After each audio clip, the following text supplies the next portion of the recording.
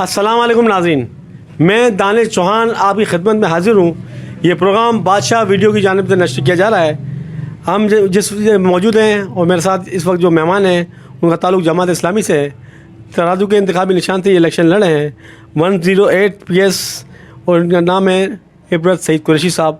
ان سے ہم دو معصومانہ سوال کریں گے کہ عبرت صاحب، آپ کا جو اس سے پہلے کارکردگی کیا تھی اور اگر اللہ تعالیٰ نے آپ کو موقع دیا 8 فروری کو تو آپ کا منشور کیا ہوگا؟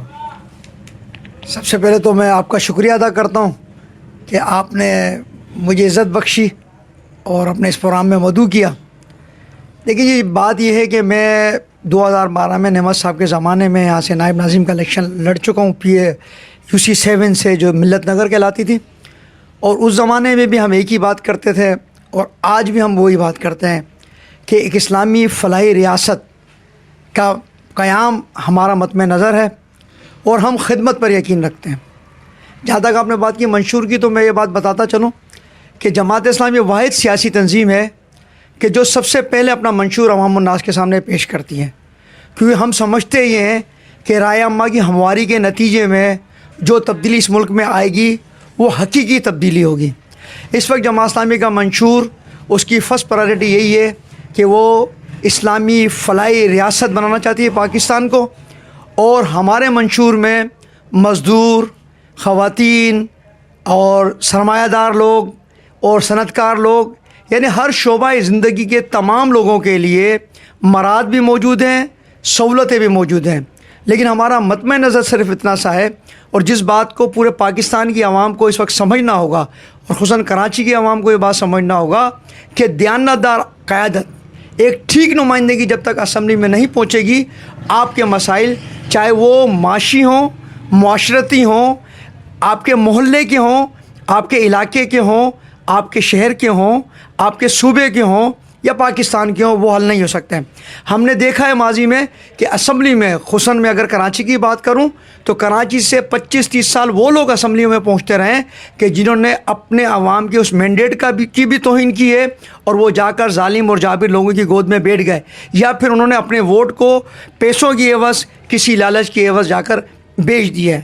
یہی وجہ ہے کہ کراچی نے گزشتہ 25 سال کے اندر، 30 سال کے اندر 1988 کے بعد سے جو سیاسی غلط فیصلہ انہوں نے کیا، اس کا خمیازہ وہ آج تک بھگت رہے ہیں۔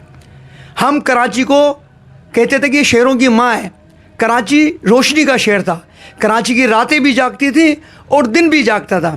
یہاں کوئی تقسیم نہیں تھی، بلکہ پتہ ہی نہیں چلتا تھا کہ دن کیا ہے اور رات کیا ہے۔ لیکن پھر کراچی نے دیکھا کہ جو تمام اکائیوں کا شہر تھا وہ گروہ میں تقسیم ہوا، وہ زبان اور رنگ میں تقسیم ہوا۔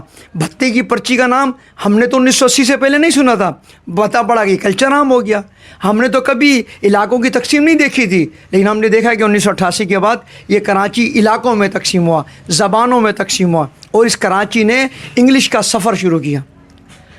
لیکن اس دوران ایک مواقع ایسا ضرور آیا 1988 کے بعد کہ جب صرف جماعت اسلامی نے یہ ثابت کیا کہ دیانتدار قیادت ہی کراچی کو ڈیلیور کر سکتی ہے، کراچی کی ترقی کو آگے لے جا سکتی ہے۔ وہ تھا نعمت اللہ خان کا، ایڈوکیٹ کا دور نظامت، جس کی تعریف جماعت اسلامی کے لوگ نہیں کرتے۔ خود AMQM کا جو بہت عرصے تک گورنر رہا عشرت العباد، اس نے اپنے منہ سے کہا، AMQM حقیقی آفاق خان نے یہ بات تسلیم کی کہ کراچی میں ترقی اگر کچھ ہوئی، ایماندارانہ کوئی خرچ ہوا، تو وہ جماعت اسلامی کے دور وہ نظامت ہے جس میں نعمت صاحب ہوئے۔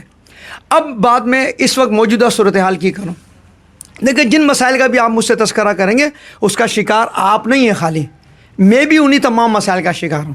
آپ گیس کی بات کر لیں، آپ لوڈ شیڈنگ کی بات کر لیں، آپ پانی کی قلت کی بات کر لیں، آپ گندگی کی بات کر لیں، گٹر ابلنے کی بات کر لیں، کوئی بھی جو مسئلہ ہے وہ صرف آپ کا نہیں ہے، میرا بھی ہے۔ کیوں کہ میں تو یہیں ECPS 108 میں مائی چوائس والی گلی میں رہتا ہوں، وہاں کوئی میں ڈیفینس میں نہیں رہتا، میں نے کوئی ویگو ڈالے نہیں بنائے۔ تو اس وجہ سے اب بھی جب حالیہ بلدیاتی الیکشن میں قابض میئر نے کراچی کے اقتدار پہ قبضہ کیا تو جماعت اسلامی مزاحمت بھی کرتی رہی، اور وہ 9 ٹاؤن میں ان تمام تر دھاندلے کے باوجود جیتی، اور اس نے اس 9 ٹاؤن میں یہ ثابت کیا کہ کم وسائل کے باوجود اگر دیانتدار لوگ موجود ہوں اداروں میں تو ترقی کی جا سکتی ہے۔ اس وقت کراچی کی جتنی بھی صورتحال ہے، کوئی IT یونیورسٹی نہیں ہے، اور میں پی ایس 108 کی بات کروں تو تفریح کا کوئی پارک نہیں ہے کہ ڈپریشن کے پریشانہ لوگ وہاں تھوڑی دیر جا کر شام کی ہوا کھا لیں. ہماری خواتین ہمارے بچے جا کر وہاں اپنی فیملی کے ساتھ انجوائے کر سکیں. صحت کی کوئی چیز ہمیں نظر نہیں آتی.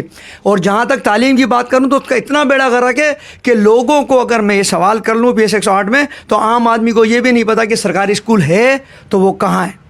کیوں کہ 25 سال سے جن لوگوں کے ہاتھ میں ساری چیزیں رہیں انہوں نے سوائے بیڑا غرق کرنے کے اور اپنے آپ کو بھرنے کے علاوہ کوئی نہیں کیا. ایک بات اور بھی میں آپ کو بتاتا چلوں کہ اس وقت بھی اس کانسٹیٹنسی میں جتنے لوگ الیکشن لڑ رہے ہیں ان میں واحد بندہ ہوں پی ایس 108 میں کہ جو بنیادی طور پر اسی علاقے کا رہائش پذیر ہے.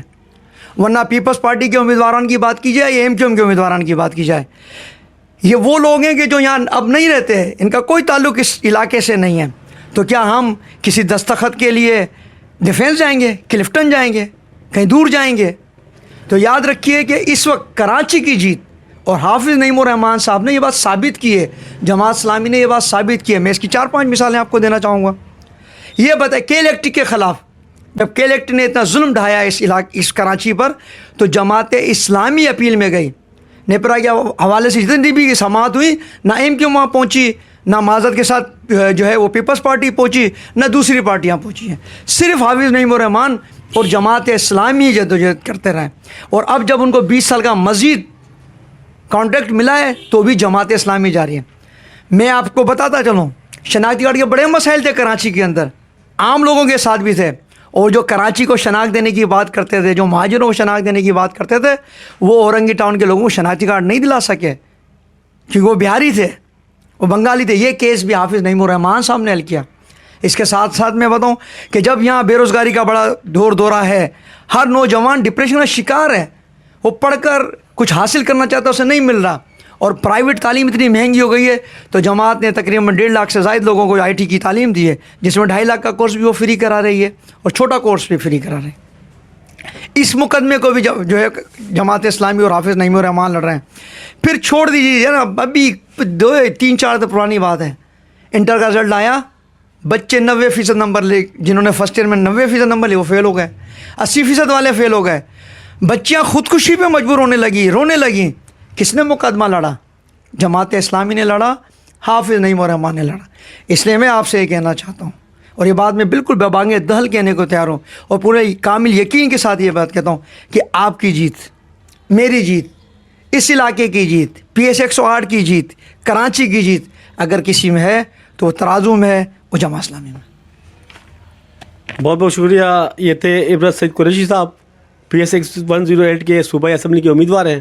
ہم آخر میں اللہ تعالیٰ سے دعا گوئے ہیں کہ 8 فروری کا دن پاکستان کی خوشحالی, امن, سلامتی لے کر آئے. اللہ تعالیٰ ہمارا حامی و ناصر ہو. اللہ حافظ. پاکستان زندہ باد.